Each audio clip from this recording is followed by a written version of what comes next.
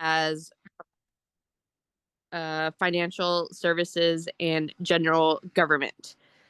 And she previously served on the Agriculture Committee and Small Business Committee. And in financial services and general government, there's Small Business Administration is funded through that committee. So excited to continue to do the work that we began last Congress. I'm also really honored to share that the Congresswoman's bill to sign or to rename the Bakota Post Office in honor of Mayor Gordon was signed into law this month. So we'll keep updates on when that renaming will happen officially. Unfortunately, no real clarity on when fiscal year 2025 appropriations will happen. We're still waiting on fiscal year 2025 budget to get passed. So we have until March. So we are all working hard to make sure that it happens, but we're all in a wait and see game right now. But I do want to encourage you all. We haven't heard that appropriations are going away for fiscal year 2026. So if you're thinking of putting in an appropriations request, I would love to meet with you if you're in Washington's 3rd to learn about your project and talk about what our process looks like. Last year, it was like less than a week to get your application in, and it was very much a whirlwind. So better to be over prepared and ready to go if and when that window to apply for an appropriations request happens. Any questions for me? Any questions? I have a question, actually. Yeah. For those requests, do you want us to have like a draft application already, or would you rather that we come to you and then like work on an application together? Yeah, our application didn't change between 2024 and 2025. So happy to bump that and share that like previous application for folks, so you know like what we're looking for. But for our process, we received I think 80 requests last year, and we only get to select 5 or 15, sorry. And so being able to talk about the project and have that working knowledge, so would love to meet in advance, so we are not calling everyone up to be like, hey, what is this, can you tell me more about it? So having that knowledge, and yeah, happy to work on applications and kind of what priorities the Congresswoman has to help bolster that and storytell. Awesome. Thank you. I'll be in touch with you and Daniel. Great.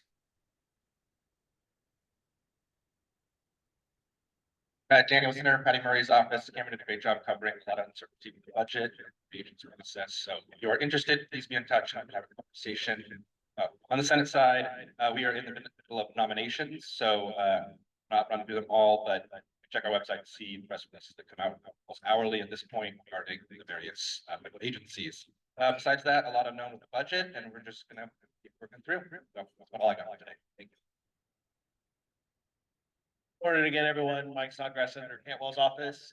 Similar, love to hear about CDS House CPF projects early so we can get ahead of it. Our application also didn't change, and honestly, the guidelines don't usually change that much, so we can at least get the groundwork started. Keep an eye on the news for the budget. That'll tell you when CDS is up for next year as well. Similarly, confirmations are the big emphasis of the office right now. So the senator is still ranking member on the Commerce Committee, and that's where a lot of her focus is on. So Secretary of Transportation is the big one right now. Keep an eye on our website as well. You can see how those meetings are going and information hearings. And then that's all I got as well. We're just kind of get through this process, and then we'll get back to work on bringing money back to Washington. All right.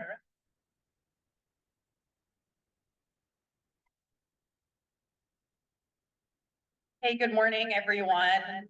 I'm gonna echo a lot of what my colleagues just echoed next to me. The CPF process, we're not really sure exactly what it's gonna look like this year. We're hoping that fiscal year 25 gets funded before March 14th.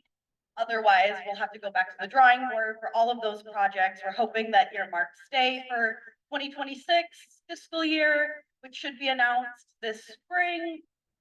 But again, we'll just have to wait and see what happens. One thing I did want to draw your attention to right now is that our office is doing something that we call Valentine's for Veterans and First Responders. So if you haven't heard of this before, the Congresswoman's office collects Valentines for our veterans and first responders in the district. For the first time ever this year, the Congresswoman is going to have a staff member be delivering some of these Valentines to our service members who have from JBLM who have been sent to Korea for a term. And so that will be really fun. If anybody wants to organize Valentine cards to be written, you can feel free to drop those off at the city halls of Yelm, Olympia, or Lacey. Or if you have a lot of Valentines, you can feel free to contact our office and we will come out and physically pick those up from you. We want to make sure that we're getting as many as possible to really be honoring our veterans and first responders that are doing so much for the district. I also just wanted to briefly mention that the Congresswoman recently introduced some bipartisan legislation in the House right after session started. She wants to make sure that she's addressing military housing affordability, especially in high-cost areas, knowing that our area is one of those high-cost areas with JBLM solidly in the district. She wants to make sure that she's solving housing affordability challenges for our service members. And we're also hoping that the Congresswoman stays on the current committee so that she is on, which is the House Armed Services Committee and Transportation and Infrastructure. And then last but not least, I want to introduce my coworker, Chris, to everyone. You want to stand up? Chris is the Congresswoman, one of her newer outreach staffers, been with the office for 6 months, almost a year now. And Chris does all things business related. So I want to make sure that you all know who to contact for anything related to that. Contact me. I'll send you over to Chris. But feel free to chat with him at some point. Today, do you want to introduce yourself?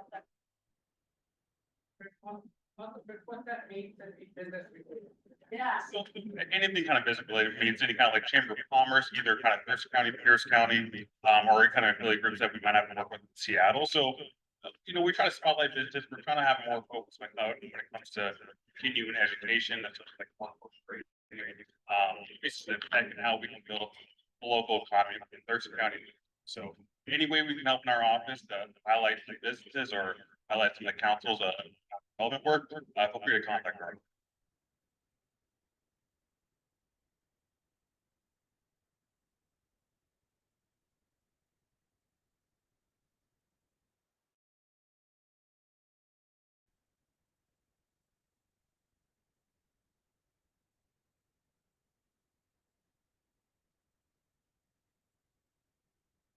That's point two. Okay, now county commissioners update. All right, thanks. What a group today. So much going on, I don't even really know where to start. I'll hit a few highlights. My colleagues can fill in anything they think I missed. We lost one of our assistant county managers at the end of last year, Rob Gelder. We elevated one of our great powerhouse county leaders, Jennifer Walker, who is our public works director. She's one of the new assistant county managers. Her deputy, Karen Weiss, will be taking over public works, so we're really excited about that. We kind of made the official decision on pivoting on our courthouse renovation project, which is going to be about 10% of what it was originally scaled at. That's recognition that those buildings just they're not worth investing $55 million in. So we're going to invest $5.5 million in them to keep them going, just so we can really work on a long-term plan for the courthouse complex that the county desperately needs. Another big acquisition capital facility is a building for the sheriff's office. Sheriff was bursting at the seams before we passed a public safety sales tax. We passed a public safety sales tax, which is going to put eventually about 27 new deputies, patrol deputies on the road. built into that public safety sales tax was the associated infrastructure. So we were able to, in the current market, find a really nice building at a really good price in Tumwater. Former state parks building, like LEED certified. It's going to be really nice facility for what we've needed for many, many years, for the sheriff's office. Working on various legislative priorities. As you can hear, things are in full, state and federal, things are going, and we're trying to work through our various requests and priorities, taking up a lot of board time. And then finally, one fun thing, you may or may not know that in 2026, the World Cup is coming to North America. Seattle is one of the 11 cities, and just 2 days ago, Olympia, Lacey, Thurston County was announced as one of the 9 fan zones that are going to be sponsored to sort of, if you see on TV, like the big screens and the people kind of hanging out and watching games. So this is exciting because of the 11 cities, only Seattle has put together like a nonprofit to sort of create this structure and try to spread the economic impact of World Cup throughout the entire region, not just the city that's involved. This is the biggest sporting event in the history of the planet. Maybe the biggest event of any kind in the history of the planet. 750,000 people are conservatively projected to flow into Washington. This is June of 2026. It's going to take this much time to get all this organized. But I was able to go down to Seattle and stand in Lumen Field with representatives of the other 9 fan zones to sort of launch the announcement and the excitement. And we're going to set up a local committee and do everything we can to try to spread that economic impact throughout our whole region and our county. So probably be talking more about this and looking for folks and ways to kind of plug in across the whole county and how we can make the most of this really cool opportunity. Do you have a location yet?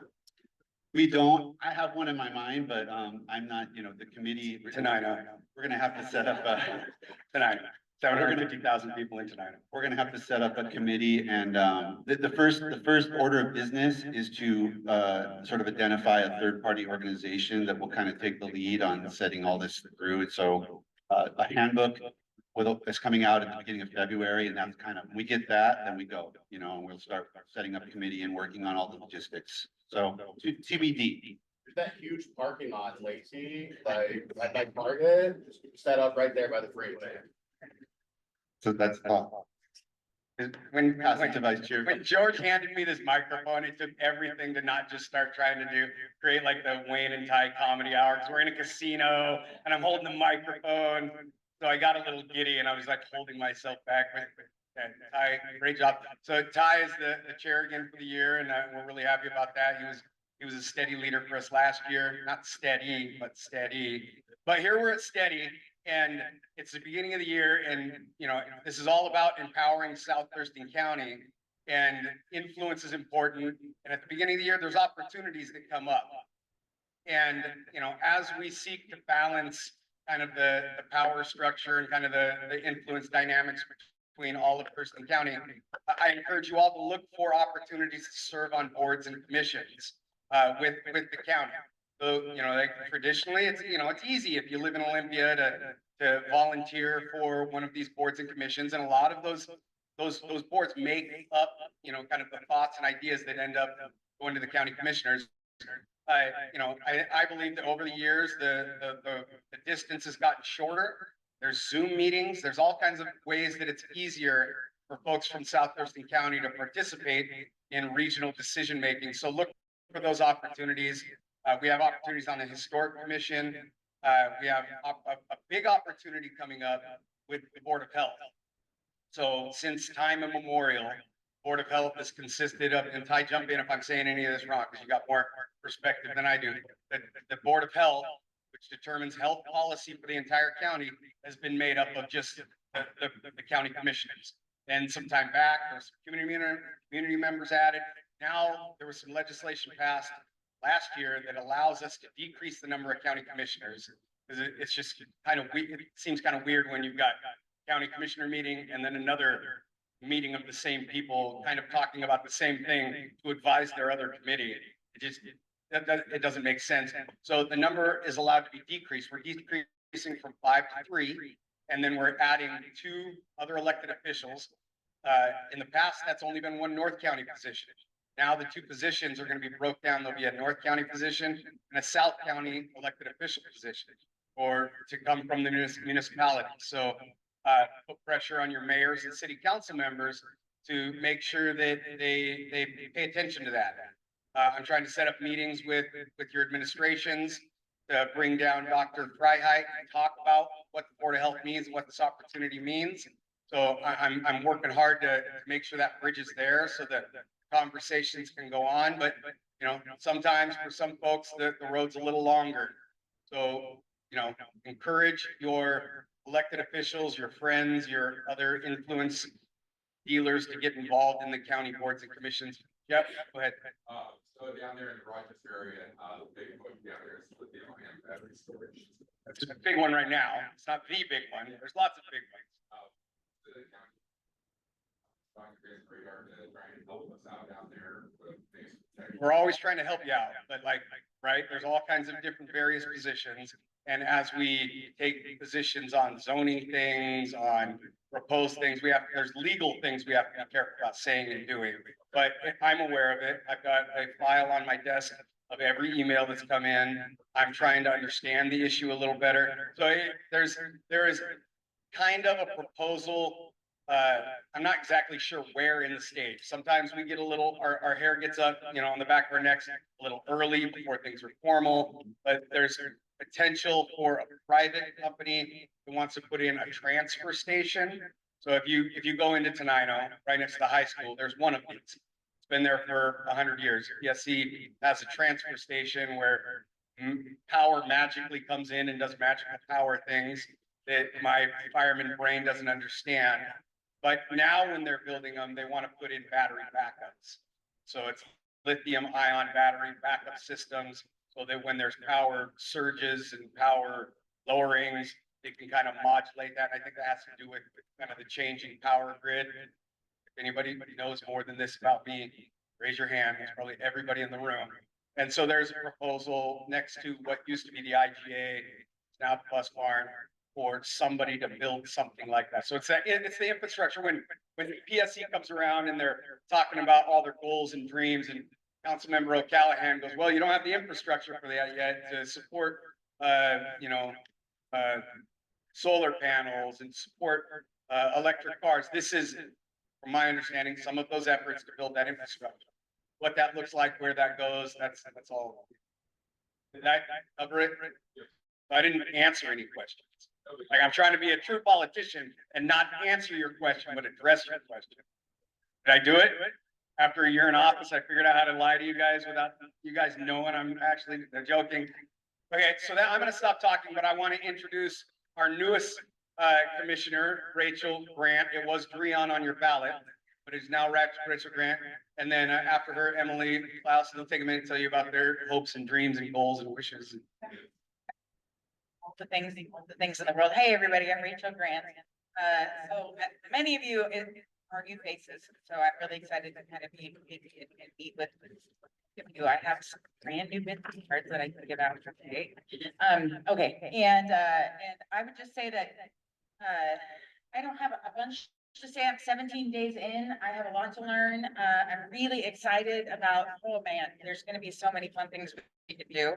One thing that these guys did mention, and I think I could do comedy hour with you guys, because as soon as I think that people should go to Tenino, but they have to drive through Yelm to get there. So when we go to FIFA, so let's just send all 750,000 down through Yelm and into Tenino, and we'll be good. But one thing I will mention that hasn't been mentioned is that one of the things that we have been talking about already is the opportunity for Thurston County to actually strengthen community partnerships and to highlight some of the really cool things that are going on around our community. We're going to be working on strengthening our invitations to come to our meetings on Tuesdays once a month. We do proclamations, and we do these things, where we say, like Wayne had this great idea about recognizing missing Indigenous folks in our area. I have, I want to be working on lifting up our arts and culture and lifting up our recovery community, our mental health awareness, our nonprofits and our for-profits. working on things like that. So we will be working on that. So if you're interested in highlighting something, please reach out to Wayne or myself, or any of the other commissioners. And we'll talk with you about potentially bringing, you know, your company or organization in and doing some sort of presentation or. So that's it. Something you don't know about me, but I watch you and the rest of the commissioners about 2 a.m. And this week you said you're the fun commissioner. You said, what? Wayne, she said she's the fun commissioner now. So. Yay, thank you. Go ahead, Emily. Thank you. Well, I guess the beauty and the challenge of going last is that my colleagues have done a really amazing job highlighting a lot of the updates going on in Thurston County and some ways that community members can get engaged. In addition to the advisory boards and committees that Commissioner Fournier mentioned, and then Commissioner Grant mentioning that we'll be highlighting ways that the community can get engaged with our regular business meetings on Tuesdays. I'm excited to announce that the Law and Justice Council meeting we had this week highlighted some new ways that the community will be able to get engaged with data on public safety. So we are kind of going through a trial phase right now of a new data dashboard. It's not available yet to the public, but later this year it will be available to the public. This will be a good way to kind of piggyback off of a data dashboard that our Thurston County Sheriff's Office is already using, but this is a completely separate dashboard that's going to allow for the ability to look at how cases are flowing through the system. So what types of cases we're charging the most in the county, and when they start, you know, how they flow through the system and what the outcome is at the end. It's also going to have a really good, effective way to kind of do like side-by-side comparisons of what's happening on the public safety front in Thurston County compared to other areas in the state. It'll also have ways that we can kind of separate and look at data in the rural areas compared to urban areas. And it's going to have a lot of different functions. We talked about some of those last night at the Law and Justice meeting. So it's still kind of in the works right now. They're developing it, but if you have any feedback on things you'd like to see as it relates to public safety, feel free to reach out to myself. I'm the county representative on the Law and Justice Council. And of course, all the commissioners can kind of receive feedback. We're pretty good at communicating and sharing that with each other during our report outs. But I'm really excited for that because we hear a lot of stuff about public safety in the community, but this is going to be a really, really solid way to really understand what's going on in terms of public safety in the county. And I know that's an issue that concerns all of us. So other than that, I think my seatmates did a really good job summarizing what's going on in the county. So thanks for listening, and I'm excited to be here. I think this is my first in-person STEDI meeting. I've only attended one on Zoom, so thanks for having me, and I'm looking forward to seeing what is discussed today. Oh, are there any questions?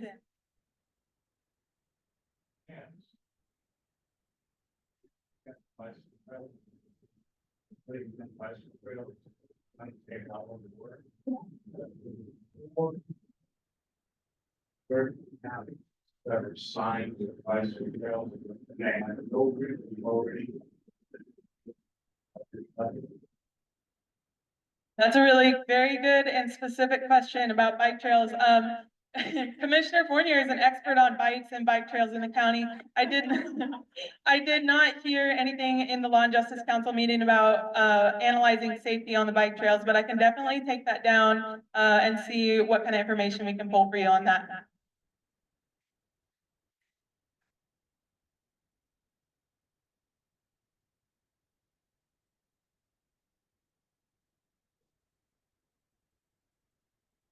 Yeah, no, I appreciate the feedback. I'll definitely get up to speed. Maybe I can connect with Wayne on bike trail business in the county. Thank you. One more thing I want to highlight to everyone is that the Thurston County Regional Planning Council just released its update for 2024 on all the different points of data, employment data, graduation rates. I don't know, there's so much data all on this thing called the profile. And if you guys aren't familiar with that, then really would like to encourage you to go look at Thurston Regional Planning Council and what's called the profile. It's all of Thurston County. It has things like how many people in our county are disabled, how many people who had the best graduation rates, this year, which Rainier was, was the top, along with Tumwater. So some really incredible data that I'm not sure everyone knows exists. Please check it out. The sheriff's department, that building around it, say we need at least a property or just kind of. That'll be owned by the county. Any other questions? Awesome, thank you. Wow. Yeah, thank you. One more thing that's coming up here at Nisqually that some of you might be interested in. We are having a history event on January 30th. Thanks to Jonathan, pointed it out to me, and so I looked it up, and sure enough, it's going to be specifically about Chief Leschi and the Medicine Creek Treaty. So if you want to learn a little more about the history of the tribe, check into that. The information is on the website. It's on the 30th in the Billy Frank Jr. Gym. And then just one final shameless plug. There's some college championship games this weekend. There's some NFL playoff games this weekend. And you almost have to walk past our sports book as you leave this place today. So feel free to stop in there and place a bet if you'd like to do that. So anyway, again, thanks for being here in Nisqually. Yelm was not able to be here today. They got another project going on today. So Rainier. Hi, from Rainier. We're looking forward to a great year this year. We've decided that on our events, we're gonna try to do the events that we do better and bigger, as opposed to add 100 big events. We've also got a whole bunch of local events that we run every year, which are great, like the egg hunt, trunk or treat. And also, we probably at Christmas have the most concentrated set of lights in a 1 block area in the whole county. So everybody sort of loves what's going on there. And we've got a great community working together to make things better. We've got a couple of big projects we're looking at, which I don't want to mention right at the moment. And it's going to be a great year. Congratulations on your graduation rates. Thank you, George. I got an email from the Mayor of Dakota this morning. She's not gonna be able to make it. And then Laura also lost her babysitter this morning. So Laura from the Dakota Improvement Club and also on Town Council not able to be here. And then tonight, do you want us to kick it off, John? And then Mayor sent me something to read, so. Hello all, I'm sorry I could not attend today. I had a last minute work obligation that takes me out of town. Things are moving forward with the city. We passed a budget that will move us forward, and I'm grateful for staff and our council for working through this. The big news is the first event at our Ag Park Event Center, which is called the Stone City Event Center, will be on January 24th, which is next Friday. And that's gonna be a comedy show, and it's a benefit for the Tenino men's basketball team at 5:30, and for the Rainier men's basketball team at 7:30, and so that's in the event center. You can find tickets online on Facebook for that, and if you don't find it, let me know and I'll send you a link to that, so. Our final inspection is today on the Ag Park. This is exciting for us as we see all the work put into it come to fruition. Thank you to our former mayor, Wayne Fournier, Alan Mead from the EDC, city staff, and all who have been part of this. I'm sure others will provide details on the event. On the project front, Tenino is once again very fortunate to have received several grants to support projects in 2025. Thurston County has provided us with $10,000 Heritage Grant to help preserve one of our buildings. Thank you. We received $506,000 grant from TIV for road servicing on Old 99 and a long needed upgrade. The RCO granted us $589,000 for upgrades to one of our ball fields. The State Department of Commerce, along with Thurston County, has granted us $387,000 for EV charging station infrastructure. Bids came in significantly less than expected, so we're looking for that possibilities of expansion of the original project. TRPC, along with Federal Highway Commission, has awarded us $225,000 for design of a trail extension in Tenino. All these total $2.3 million in investments with more in the pipeline. We will have a busy year Look forward to these great investment and partnerships. Thank you all for your support and words of encouragement. Sincerely, David Watterson, Mayor. Oh, thank you. He pretty much covered everything that I would have brought up. Thank you. Thanks, Joyce.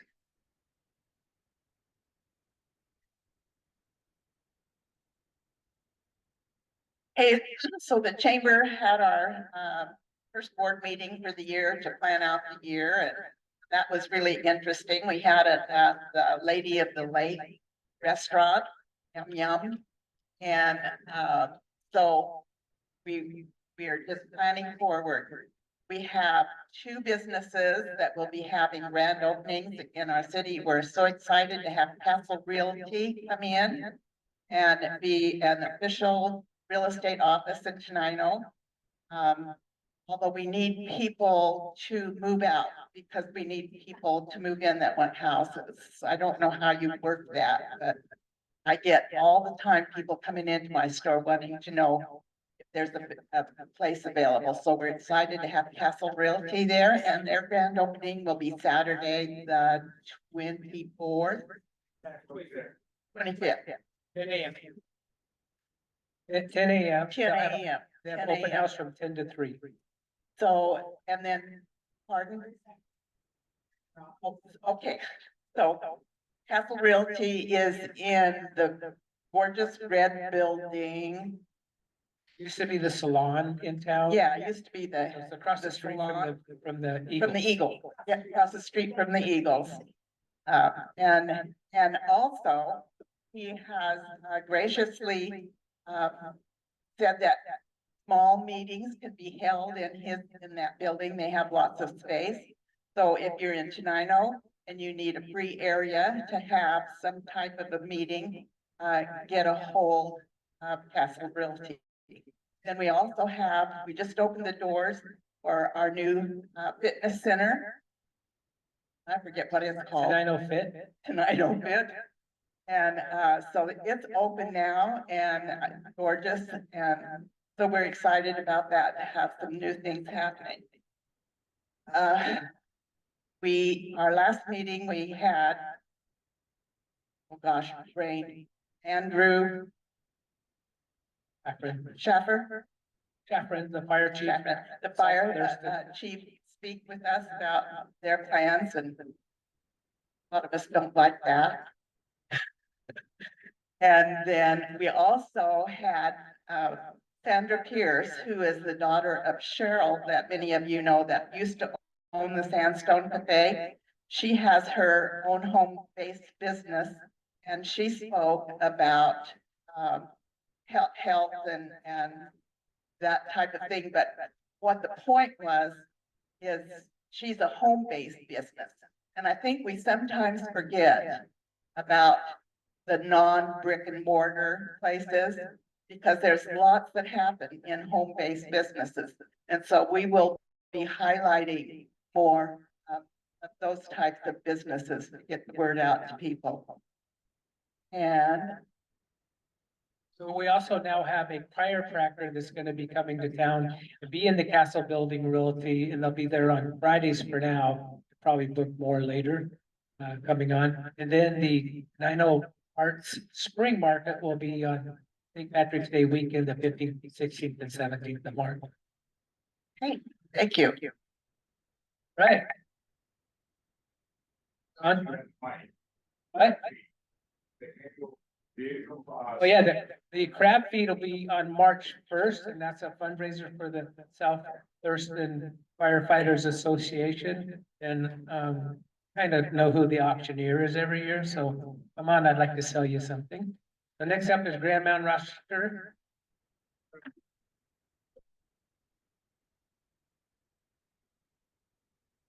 Diane Weaver, I'm newly elected as the Grand Mountain Rochester Commerce President. And my sister Donna is here. She has been putting a lot of energy and effort into the Let's Talk About History project. And how many people here are of Scandinavian heritage? Go ahead. Okay. So specifically, Rochester has been known for our Sweet Day events, and that's the third Saturday of July, or excuse me, June. third Saturday of June, it always falls on Father's Day weekend. And it's so much fun. The parade always has who are the guys that come and Oh, the Vikings. the Vikings.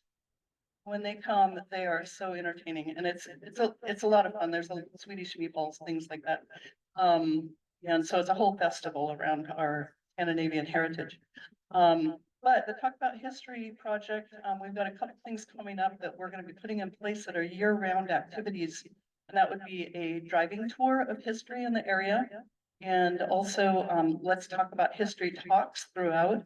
And Donna doesn't beat her own drum very much, but she has really put a lot of effort in the last 2 years into a archive and research facility that is going to be up and running when? Oh, within 5 years. Within 5 years. No, I anticipate within 6 months or so. Yeah. Well, it is it's pretty inspiring to see some of our history gathered and retained in the area. So our infrastructure putting together for history, we're planning in 2026 to partner with our tribal community, the Chehalis tribe, and put together a festival with pioneer and tribal history, including salmon bakes and such. And so that'll be forthcoming. I'm going to turn this over to Donna.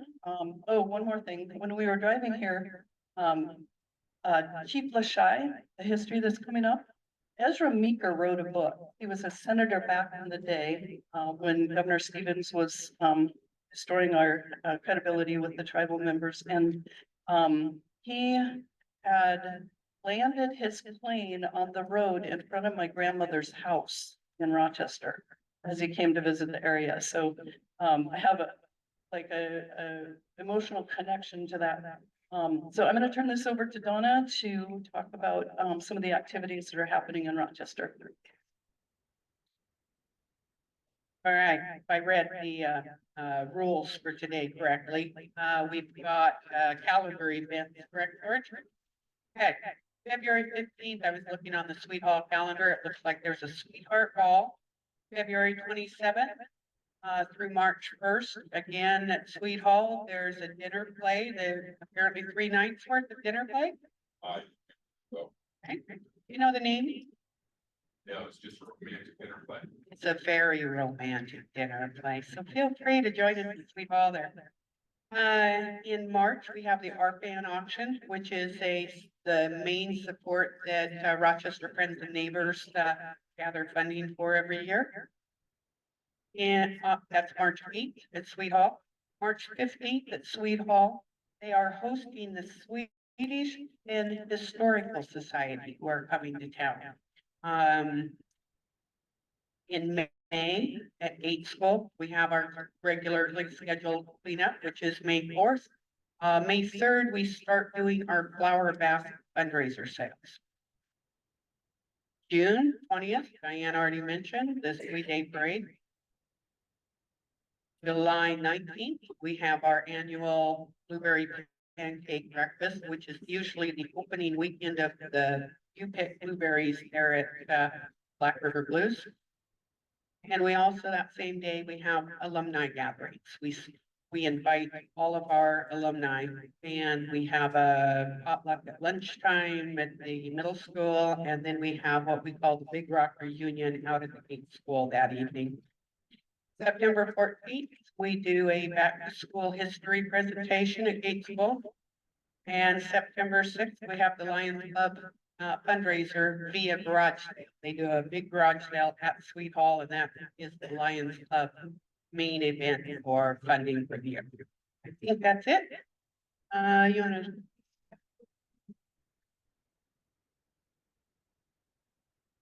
So something that gets overlooked out there in the Rochester Grand Mountain area a lot is our little town, Little Rock. And March 1st. A little closer, Jeff. There we go. Little Rock has there's Paint Posse Hall, and March 1st they have a grab meet there also. It's their only big event out there, so skip Tenino and come on over to Little Rock. grab. Ours is 9 PM until 1:30 AM is dancing. Dinner is 7:30 to 8:30. No, I heard the crowd's better. It's closer to the coast over there. That's it. Thank you, Joe. Nora, you're up. Thurston Conservation District. Good morning. I have a few updates from the Conservation District. We have our annual native plant sale and festival that happens the first Saturday in March every year. So this year it'll be March 1st at the Thurston County Fairgrounds. If you are interested in pre-ordering native plants, that is open through the end of January. And if you want to just come buy plants the day of or come check it out, that is available too. We're doing a couple of different things this year. If you've ever been before and you've been like, man, I stood in a long line, that happens. So every year we try to figure out different things to make that a bit better. So this year we're doing 2 drops, 2 releases of plants. So at 10 a.m. when the event opens, we'll release a bunch of the plants and then we'll do a second drop and release at noon. So hopefully we'll disperse and spread out attendees throughout that day. We also end up having about 20 to 25 community partners and other vendors. We've got live music and food vendors. It's at the Thurston County Fairgrounds, so there's ample parking and it's a really fun time. I really encourage you to come. Lots of kid activities and really great knowledge and people to meet. And if you are like, I want to use native plants, but I have no idea which ones to pick, we can help you with that when you're making a purchase too. This year is actually our 25th annual native plant sale, so we're really excited to be celebrating that. A couple of other seasonal things I mentioned at the last meeting. This is our Board of Supervisors election season. This through Monday is the last chance to file as a candidate for the elected seat. And then we also have an appointed seat open that you can file for through the Washington State Conservation Commission through the end of March. And then voting will begin in the beginning of February for that elected seat. I'll but definitely be sharing a lot more information about how to vote and how to participate in that election. It does require that you request a ballot. So we really encourage people to engage with us that way. And then the other 2 things I wanted to mention, we are hiring a couple positions right now. We're hiring 2 folks to be a project leader, project manager, and a program manager. Sorry about my friend this morning. In our habitat team. So if you know anybody looking for a fun job to come join our team, we're looking for 2 folks for that. And then a lot of you participated in our application for the Bucota Garden project that we're doing, and we're really supportive of that. And we are just about to reach out to a bunch of you, our partners there, about how we'd like to engage with you on that project. So if you see an email from myself or Tina Wagner, please check that out and reply back. I just wanted to plug that so that it doesn't get overlooked. I think that's everything for us right now in case anybody has questions. Thank you, Nora. Jonathan. Let's see. Jonathan. Let's see. There are a lot more people here than we saw a couple weeks ago, so I will readdress a few things we've got going. We have built 83 homes in the last 35 years in the South Puget Sound area. 83 in 35 years. We now plan to build 162 in the next 5. Which is amazing. In order to do that, you've got to do a lot of fundraising and a lot of bringing attention to various services that we provide. So in terms of events coming up, we've got Women Build, which will be held May 7th through the 10th, and again, the 14th through the 17th. We are forming teams now, and we are looking for both a combination of corporate sponsorship, and we will have individual teams with more of a peer-to-peer fundraising model. We would invite anyone. Of course, this is an event that brings attention to a marginalized community, women in homeownership, and allows them the opportunity to learn a lot of skills that they wouldn't get otherwise. But we welcome anyone and everyone to lead a team and participate. So if you're a man and you want to participate or lead a team, give me a call. Our kickoff meeting will be January 29th at our office located at 910 Fifth Avenue, downtown Olympia. Additionally, We've got our annual Veterans Build event that will be held in November. This is open to veterans, active duty service members and their family and friends. We also will have our gala on September 20th at St. Martin's at the Pavilion. We're hoping for 400 people, so help us pack the house there. I'd be remiss if I didn't bring up our critical home repair and our aging in place programs. So of course, we're building new homes. This county is growing like crazy. We need affordable home ownership so that people that work in this community can afford to live here. But we also want to make sure that we've got safe homes for people that want to stay in their homes. So we do have programs designed to put ramps in for those that are now in a wheelchair, mold remediation, new roofs, things like that. And the last thing I want to mention, I am on the planning committee for the big brunch and the big auction for Big Brothers Big Sisters. Big brunch, we are good to go with the committee. We are short on planning committee members for the big auction. So if anybody is interested in helping out, or knows somebody who would like to participate in planning their big auction, which will be September 13th, please let me know, and we would love to have some input. I'll just add that I know our young people are here, but fingers crossed, we're gonna start digging in the ground in June and finally start that development going. To be determined, but it's looking like. Good morning. So happy to be here. I'm really excited to announce that the Port of Olympia has hired the environmental specialist, Megan Fockers, as well as the Director of Community and Economic Development, Mike Reed from the City of Olympia. So we're really excited to have him on board to help with our community and economic development initiatives at the port. We've been working on the Olympia Regional Airport Master Plan update since 2021. And so we're really excited to wrap up the master plan update, and it will be presented to the commission for approval in February. And we just set the 30-day public comment period starting January 13th through February 12th. So I encourage you, if you wanted to make any comments, it'll be included in the actual master plan update for as long as that document exists. Also, we held our elections and thank you all for your service as president. And our new president will be Commissioner Jasmine Bazavada, and I will be serving as your vice president, and Secretary Sarah Tong.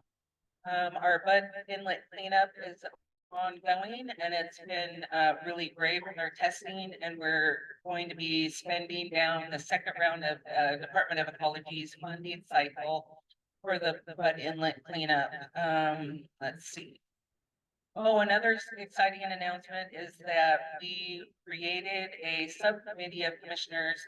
Commissioner Harding as well as Bazavada are going to be on the subcommittee of the Port Peninsula Integrated Master Plan. And so they're going to be helping shape the insight and vision and guidance on behalf of the larger commission and bring that information to us to have a deeper involvement in the integrated master planning for the Port Peninsula. Also, I just wanted to let you know that the port has updated their webpage, and there's a new frequently asked questions section and a new blog and ways to engage with the community with comments, surveys, webinar, and signing up for email updates. And I think that's everything for right now. There's a long list of events that the port hosts and sponsors on our website.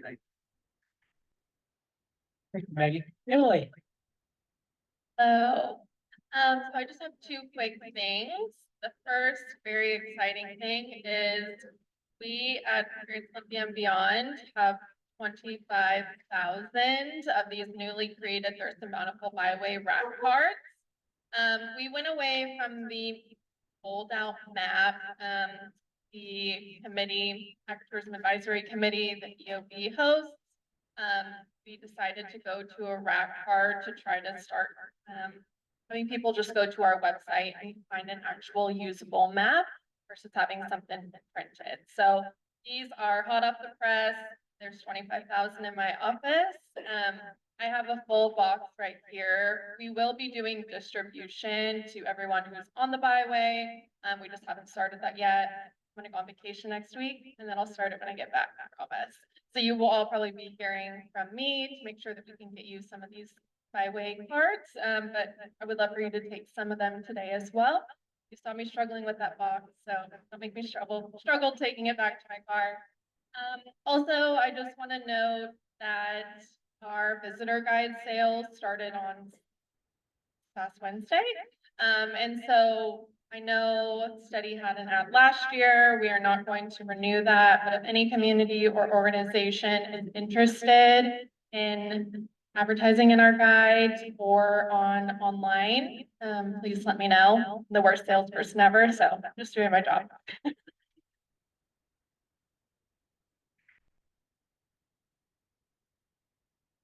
Hey everyone, Amy, once again, I coordinate the rural transit program, and I just wanted to let you know that, the app that you can track your bus is still going. We've had a great response with that, so it's called, Go, Passio Go. So if you wanna, if you're a rural transit rider, you can, watch your bus and know exactly when it's gonna come pick you up. We're also making some modifications to a couple different stops. We've been working with Tenino, to change a few of their stops. The great city of Tenino, and also great city of Bucota. What is it? Great town of Bucota. In over the past couple of years, we've not been able to go into Bucota because of the train and the delay that it can cause the bus. But because of the modifications that we're making to the routes into Tenino, we're actually able now to go into the town of Bucota and pick up folks. Those changes will become online on March 1st. So that'll be a great addition to rural transit. And then, thank you, Commissioner Grant, for this lead in about the profile. No, don't apologize. This is a good thing.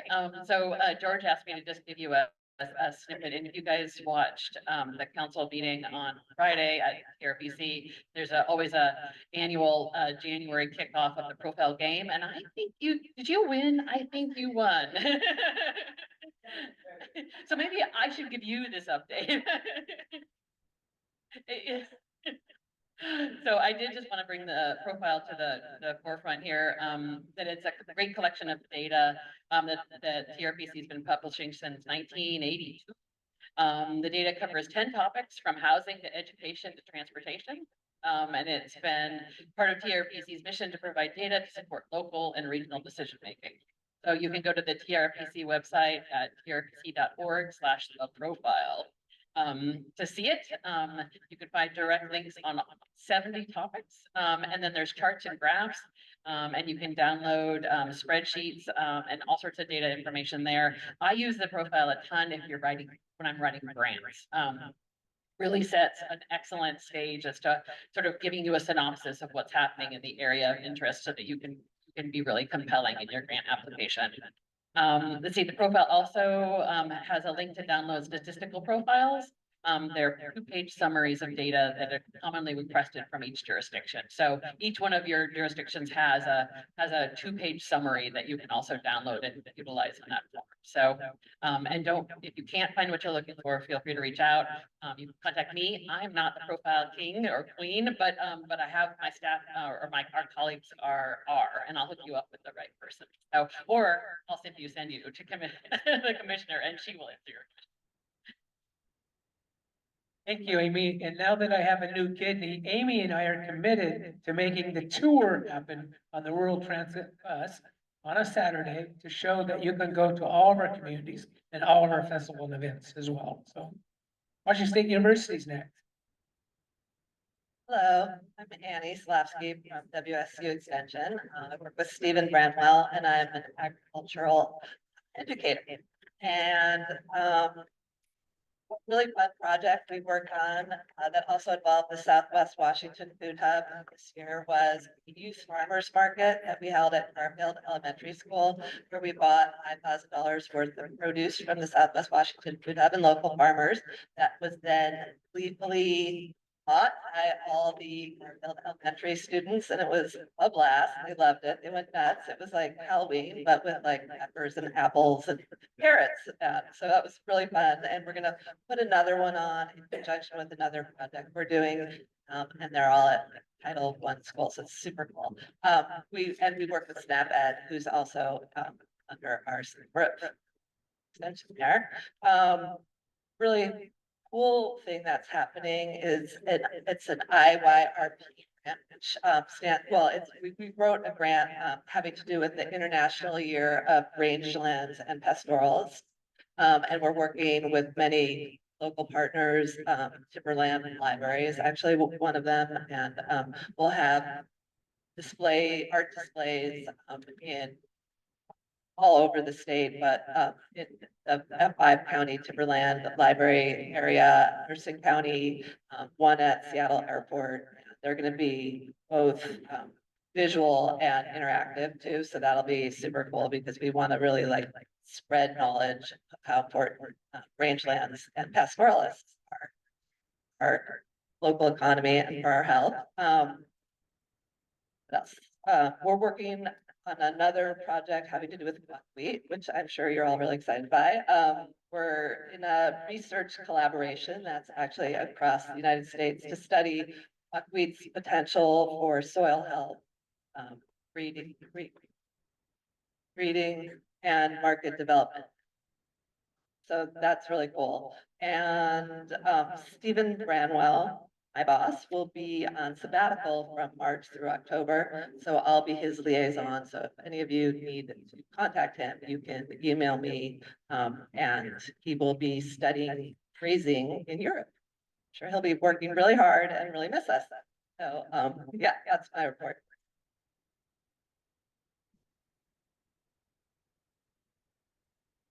All right. Thank you again to Bob and the Nisqually Tribe and Medicine Creek Enterprises for hosting us.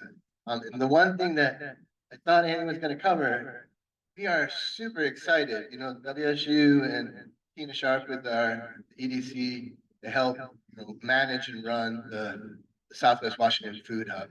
The Food Hub has an extraordinary new relationship with the Nisqually Tribe right now. The Nisqually Tribe got a very large grant to specifically source local food for tribal members for the next 2 years. They're partnering with the Food Hub on that project, and it is a game changer for our farmers in the 6-county region. And I think maybe a game changer for the tribe as well. Everyone seems very excited on this partnership, and it's just extraordinary the amount of food that is coming from all over the region through the hub to the tribe right now on a monthly basis. So that's an amazing partnership. So thank you. Also in the agricultural world, you heard, as George read about from the mayor of Tenino, the north building of the agricultural park has finally, the PSE finally hooked us up. The tenants of the event center are getting up and running. We'll have our first event this week, I think the 24th. And then we will be hosting STEDI in March on the 21st. So you all will be coming out to Tenino in our brand new beautiful event center at the Ag Park. The south building is running just a little further behind, but I think by that time, the south building will fully be up. The tenants should be up too, if not fully operating. So we'll be probably do some tours. And then we do have a tenant here. Do you want to say a few words, Eric, at all? All right. Yeah, I'm Eric from Colvin Ranch, and I guess that March date I'm kind of now by, so I get that freezer ordered so we can be open. But so I'm Jennifer Colvin's husband with Colvin Ranch out in Thurston County, just out on Old 99. The Ag Park has been super critical for us as we're opening our first brick and mortar store, so that we can highlight not just Colvin Ranch meat, pork, but also all like Southwest Washington locally produced farm products. So there's with Tuneward Dairy, with other Southwest Washington Food Hub suppliers for produce, and you name it. If you're making ag products in Southwest Washington, we want to help highlight that in the store. The other thing, echoing Aslan on the work within the Squally Tribe, it's been a game changer for us as well. I mean, it's increased our business, helping us employ some more ranch hands to help us, meet the needs. It's a monthly commitment. And then the other big project for us that's worth noting is we're moving forward on USDA processing for this region where building a much needed piece of infrastructure today for us to process our beef. We have to drive 300 miles to Eastern Washington to get our animals processed, brought back to Nisqually and other customers here in Washington. So just being able to bring that here to local, not just for us, but other producers in the area is gonna be really critical, but it's a very complex project that's we're about a year and a half underway. We've still more than a year before we can really open, but that announcement I had. Thanks, Eric. Obviously, Kohler Ranch has been an amazing partner. I don't know if you fully heard, but yeah, they are the producer that plans to put in the processing facility for regional scale meat processing. And then just to piggyback on what Eric said about the Nisqually, we were at a meeting with farmers yesterday, and several farmers were like, I am changing my production plan this year from the Nisqually. I'm hiring extra people for the Nisqually. So specifically that relationship, it's pretty awesome. Yeah. And it's not the only thing with Food Hub. It does farm to school, and they have, multi-farm boxes, wellness programs, a lot of other things, but the Nisqually thing has been a game changer. And it has also allowed us to recruit new producers to join the Food Hub and join the growers co-op. So I know we don't have much time, but I felt like when the microphone went around, we couldn't necessarily hear everyone, but I do want to give another shout out to Annette Roth. But the next project is, I'm sure George will have her back to give a presentation, but Annette is leading an initiative on the 4-county region. You wanted to say a really quick 30 seconds or? All right. We're gonna have her back because Okay. this is her second day on the job, Aslan. Yes. So All right. we're gonna let her get her feet underneath her and understand the whole job and come back next month and tell All us right. what It she's got. it is essentially a game changer because it allows us as a region to go after funding that we've never been able to go before. So who's next on the list? George. Joe DePento is walking.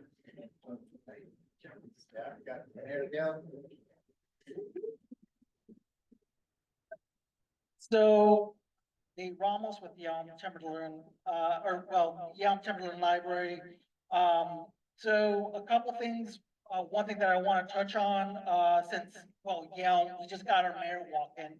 But Taste of Pride is going on right now, which is a fundraiser for Dollars for Scholars. We have a bunch of restaurants that are participating. We had one on this Tuesday, but the next one is Wednesday for Ellie's Pizza. And there's a bunch of restaurants participating, but just to put that out there for Dollars for Scholars.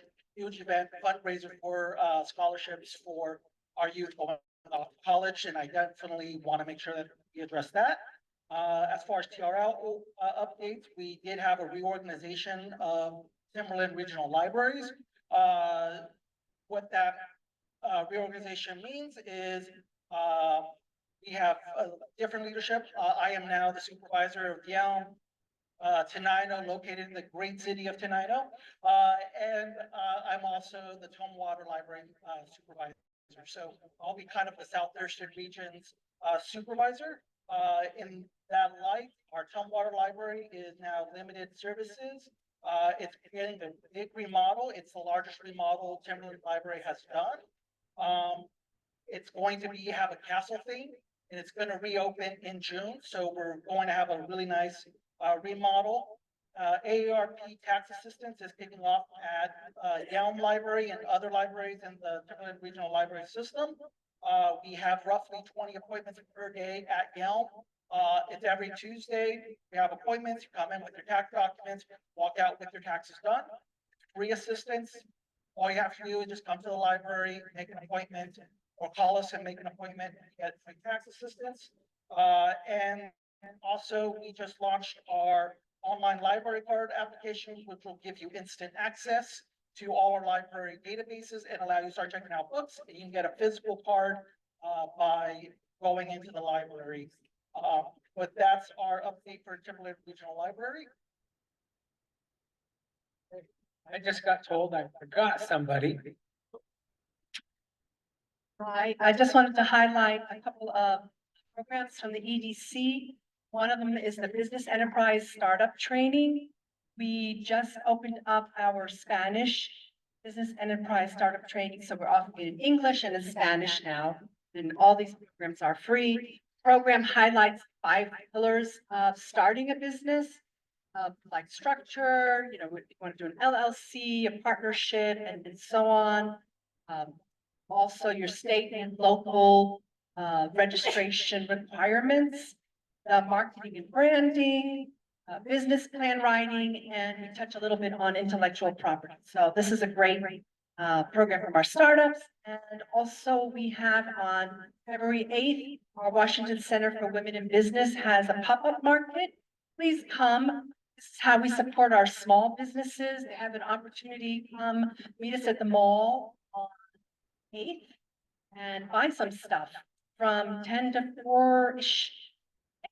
See you there, George. Hi, everyone. Mindy Ruley. I'm with the Community Foundation of South Puget Sound. Wasn't this good of a crowd last month when I presented? So you missed out. So just to brag for 1 second, that food hub that Adeline was talking about, we gave it one of his startup grants 4 years ago and it got started. So we had a tiny little part to play in that. Also, since I saw you last month, I went down to Dakota and visited Mayor Carpenter, and we're working on a small grant to support their improvement district. It's our scholarship season. We do about $200,000 in scholarships to local students. If you're interested in volunteering as an evaluator, let me know. We also manage the Yelm Dollars for Scholars Endowment. We're offering a free training for nonprofits next month, February 13th. It's called Nonprofit Operations for the Small Shop. So it's a free training because it's sponsored by us. It's in person, somewhere in Thurston County, and it's on our website. Yeah, I'll send it.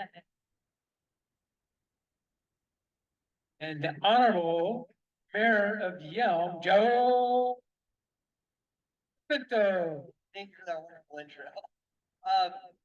Thanks for having me.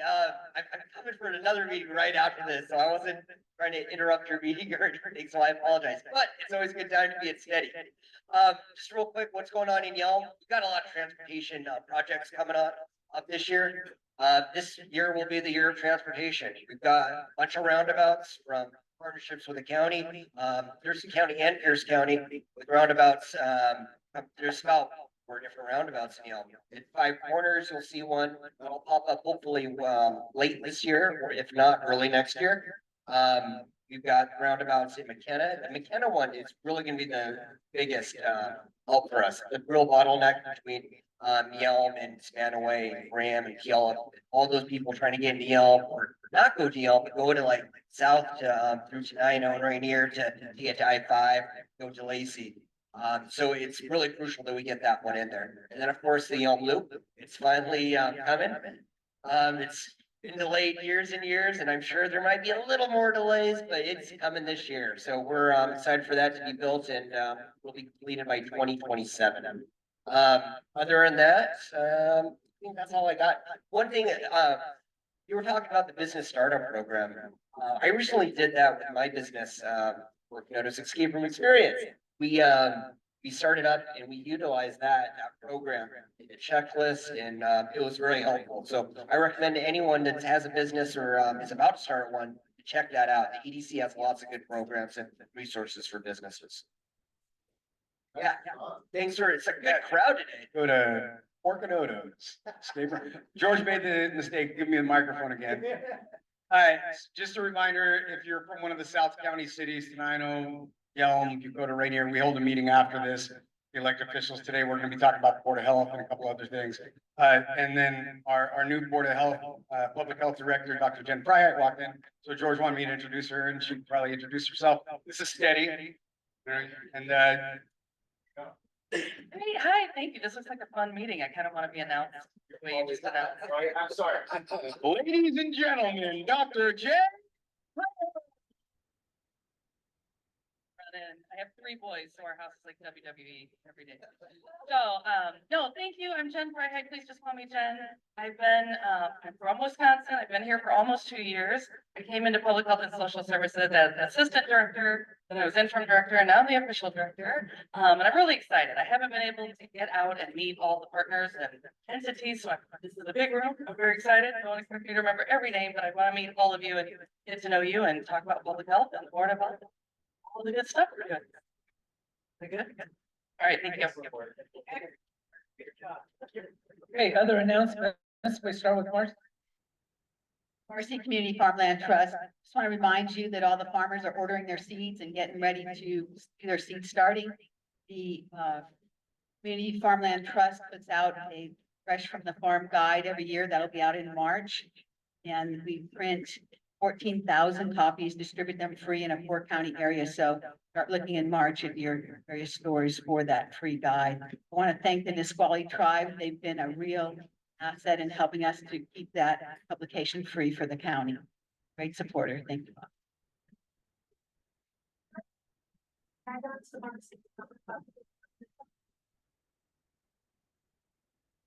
I don't have a date set yet, but in March, at some point in March, the Community Farmland Trust will be holding our annual meeting. It will probably be somewhere in South County. That's a time to gather and learn more about the work of the Community Farmland Trust to preserve farmland. So that's a great event for farmers to come to, and also all of us as eaters who are involved in the local food system. So in February, the next meeting, I'll be able to announce the exact date, but know that that's coming in March. All right, and I'm Jeff Willard, Executive Director at Wolf Haven International. Just want to let you all know, if you don't know, Wolf Haven has been in the great city of Tenino since 1982. We're a wolf sanctuary. We also provide education and conservation programs for the community. One of our big goals here in 2025 is to continue to deepen a lot of our community relationships. So, for example, just last night, we presented to the Thurston County Agricultural Advisory Committee, joined Marcy there. I have to run out right after this meeting to go meet the Southwest Washington Grazing Association at our sanctuary to show them our experience there. And we're also talking about having an experience for STEDI actually on March 21st after the meeting, the STEDI meeting that occurs at the new facility. We're going to welcome anyone who's interested to come on out to the sanctuary and check us out there. So please join us for that event if you'd like. We're also having our big annual fundraiser called Wolves and Wine at St. Martin's University on March 15th.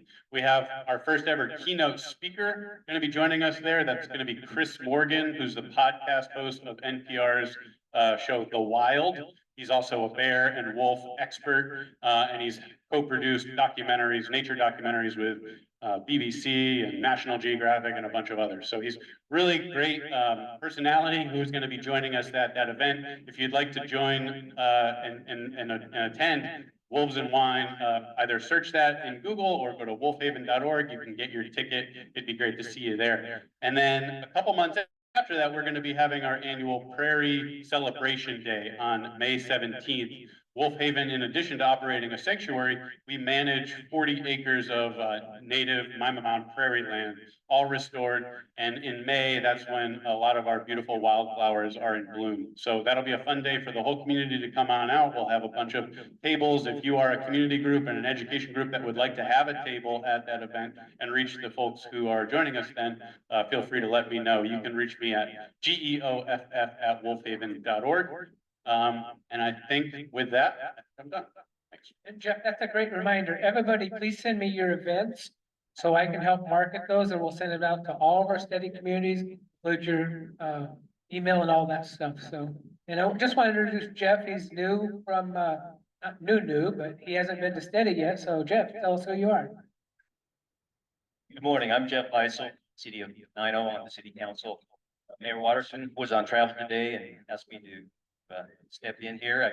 Stan George has already written his statement of what's going on in the city. Just wanted to say I'm happy to be here. This is a new thing. Look forward to the meeting coming on. We'll learn more about the Board of Health with Jen and do that here in South County. That hung up is very expensive. Here now. Right. Anybody else have an announcement? today? We'll bring you. Sorry, it's not really like an announcement. I do work for the Thurston County Chamber of Commerce, but I'm the Business Solutions Navigator for food production. And, I cover the Idaho County region. I actually live in Lewis County. But I work in all 5 counties, so, all the work that's being done here and like that world. I also work with, WorkSource and we pay for a lot of training, I'm looking to partner with people like everyone in this room that's part of growing the agriculture in the community.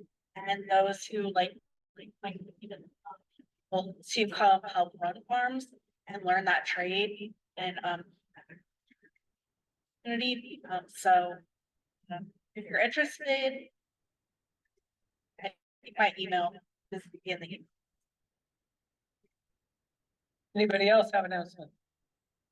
Well, again, on behalf of all of us, we'd like to thank Bob and Tribe. And especially Naja on your team. She's not here right now, but if you make sure, she's been wonderful. The rest of your team. Today, they made it so this would work. So I unplugged something and blew that up and it wouldn't come back on. And it took us about 20 minutes to figure it out. If anything ever happens like that, reboot everything. So, and I think we're rebooting for a great 2025. I want to let you know how much you touched my heart by showing up today. And I'm healthy again, and I'm super excited what our goals are for 2025. So thanks for coming.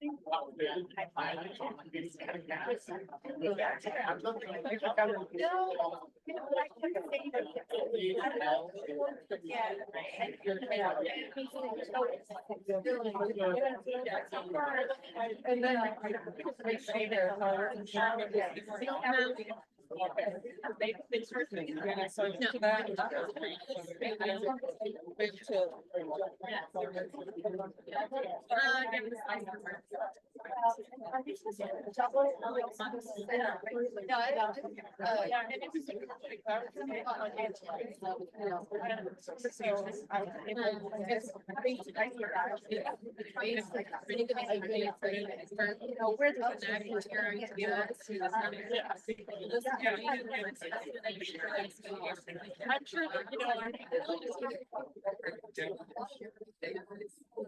the next step.